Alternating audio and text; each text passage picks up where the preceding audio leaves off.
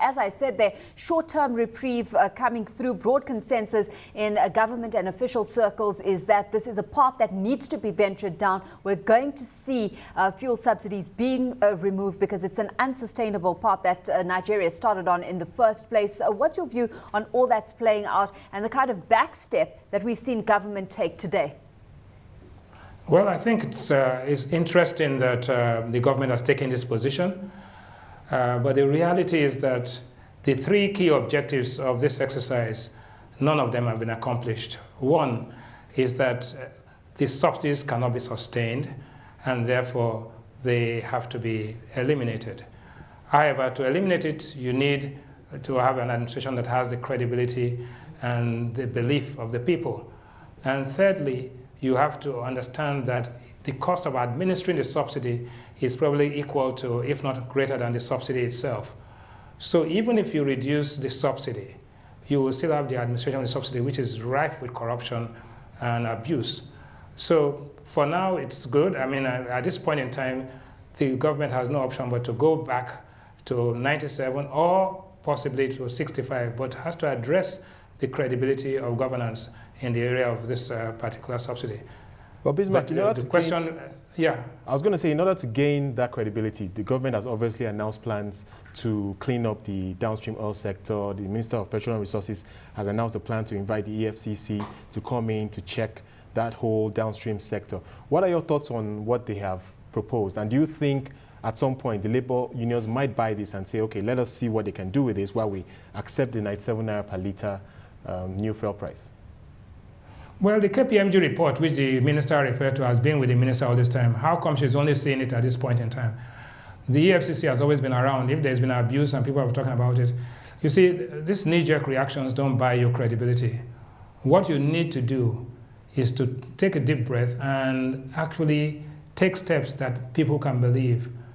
The shifting of, I believe that subsidies should be shifted not from consumption to promises, but from consumption to other areas so the people can feel the cash effect the same day.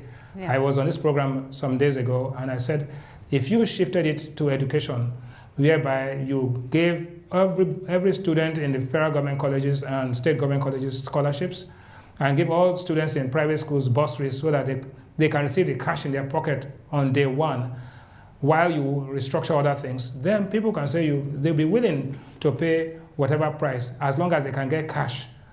But you cannot withdraw the cash on one hand and give them promises on the other. Well, Bismarck, through it all, being communicated is the fact that it's been ineffective communication that's been at the heart of the problem to start off with. And, consumers need to be convinced that, cash will be effectively and transparently deployed by government if these subsidies are removed in the first place. In the meantime, we've got legislators pushing ahead with progress on passing that wide-ranging petroleum industry bill this week. What have you made of that coming to surface amidst all of this now? No, the petroleum bill being passed is a real move in the right direction.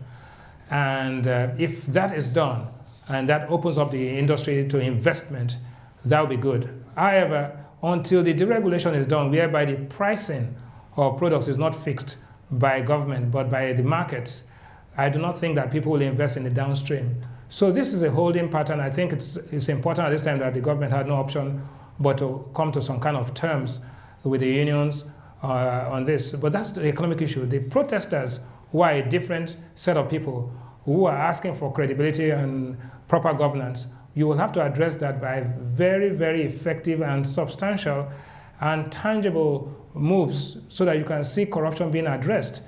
If you say that the system of subsidies have been abused, come out and actually prosecute some people. All right, final point. Very quickly, Bismarck, if you can give us your thoughts on where we go from here. The government obviously has shown its hand, it has indicated what they want. What do you think the labor unions can do going forward? Because obviously they haven't called off their strikes, and they have also backed down from shutting down Nigeria's oil production, which many thought was really the card that they could play to force the government to listen. The labor unions have to go back to their constituency and convince them that 90 naira or 97 naira is manageable.